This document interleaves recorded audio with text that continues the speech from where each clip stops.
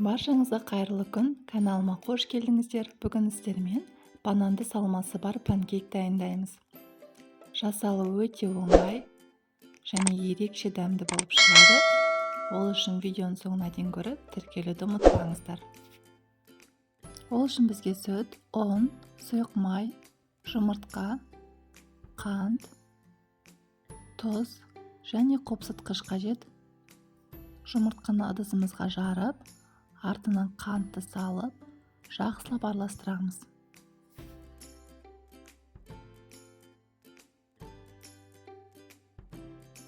Араластырып болғаннан кейін сүтті қосамыз.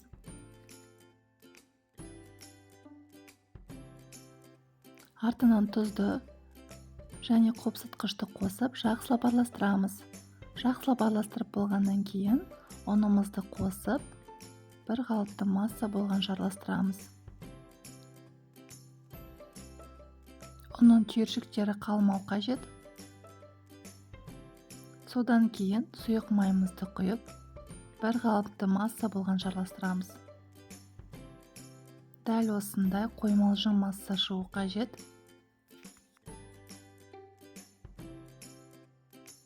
Салмасына бізге 2 банан қажет болады. Бананды бөліктерге бөліп шығамыз. Бөліктерге бөлгенде жұқаламаймыз, жуандау етіп турап шығамыз. Табамызды сұйық маймен майлап, туралған банандарды дәл видеодағыдай массамызға аунатып, пісіріп аламыз.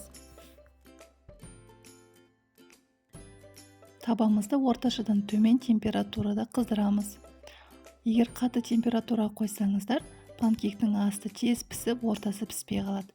Сол себептен орташадан төмен температурада пісіреміз.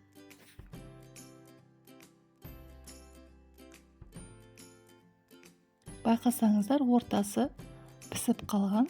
Сол кезде екінші бетіне аудара береміз.